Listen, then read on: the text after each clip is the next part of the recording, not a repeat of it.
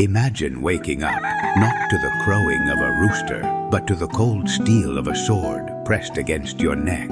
You are not a criminal. You are not a heretic. You are not a traitor. You are a knight of God. You have crossed seas. You have fought in the Holy Land. You have sworn poverty, chastity, and obedience, and you have served the church with your blood. You are untouchable, or so you believed.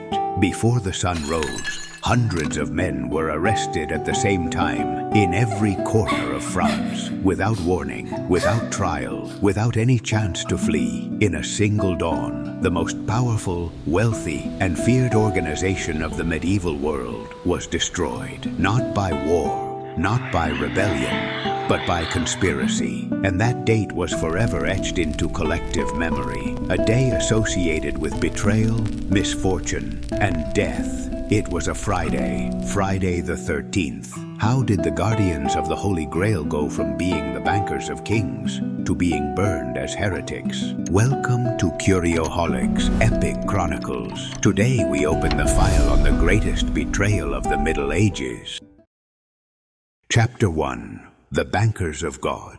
To understand their downfall, we must first understand their power. The Order of the Temple was founded around the year 1119, after the First Crusade. Its mission was simple and suicidal: to protect Christian pilgrims traveling to Jerusalem along roads infested with bandits and murderers. They were so poor that their seal depicted two knights sharing a single horse. But something extraordinary happened. Donations, inheritances, papal privileges, kings and nobles entrusted their wealth to the Templars because they knew one thing: no one protected money better than they did. And so, almost without intending to, they invented modern banking. A pilgrim could leave his gold in Paris, receive an encrypted document, and redeem it weeks later in Jerusalem, without carrying any weight, without being robbed, without losing a single coin. In less than 2 centuries, the order owned some 9,000 properties, castles, ports, farms, naval fleets, and a financial network that spanned the entire continent. They paid no taxes. They answered to no king, only to the Pope. They were a state within a state, an armed bank, an untouchable elite. But there was a problem. When you have more money than the king stops seeing you as an ally and starts seeing you as a prey.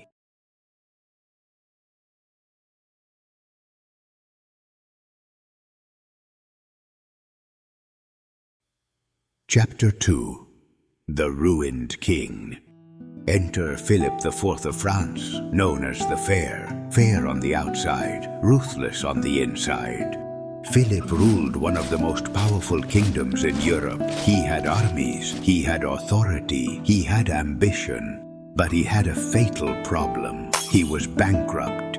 Wars against England, internal conflicts, an outrageously expensive court, and a massive debt. Owed to whom? To the only ones who always had money, the Templars. Philip tried to control the order. He tried to infiltrate it. He tried to pressure the Pope. Nothing worked. Then he understood a brutal truth. You cannot owe money to someone if that someone no longer exists. But attacking the Templars with swords was impossible. They were heroes of Christendom. So Philip chose a far more effective weapon: religious fear. Together with his advisor, Guillaume de Nogaret, he prepared an accusation that would destroy their honor forever. Not political treason, not economic corruption, something worse. He would accuse them of worshipping the devil. Chapter 3. Torture, Heresy, and Baphomet. Friday, October 13th, 1307. The sealed orders are opened simultaneously. The raid is flawless. Even the Grand Master falls, Jacques de Molay. The accusations are monstrous: denouncing Christ, spitting on the cross, blasphemous sexual rituals. But one accusation stands above the rest. It is said that the Templars worshipped a secret entity, a mysterious head, an idol. Some described it as a demon, others as a mummified head, others called it by a name that would echo through the centuries, Baphomet. The truth, no one knows, because the confessions were obtained in the torture chamber. Under torment, any man will confess the impossible. Under pain, truth ceases to exist. And so, one by one, the Templars signed their own condemnation.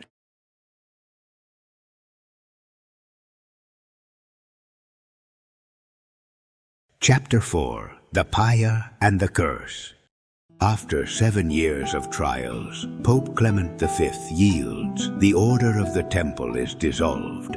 On March 18, 1314, Jacques de Molay is led to the stake. A final confession is expected. But Molay looks into the flames and chooses to speak the truth. He declares the Order's innocence, he denounces the lie, and then he delivers his final sentence. Pope Clement, King Philip, before a year has passed, God will judge you. The fire consumes him. Silence. Final chapter. The Legacy of Friday the 13th.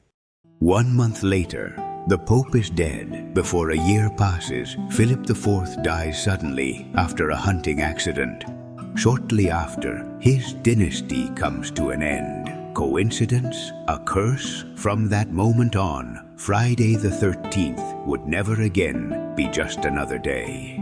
The Templars disappeared, officially, but their fleet was never found. Their treasure never surfaced. And their legacy still lives on. Scotland, America, Freemasonry. Perhaps that is a chronicle for another video. Until then, keep your curiosity. If this story captivated you, leave a like so the algorithm doesn't curse you, and subscribe to Curioholics. And remember, history is always darker when you turn off the light.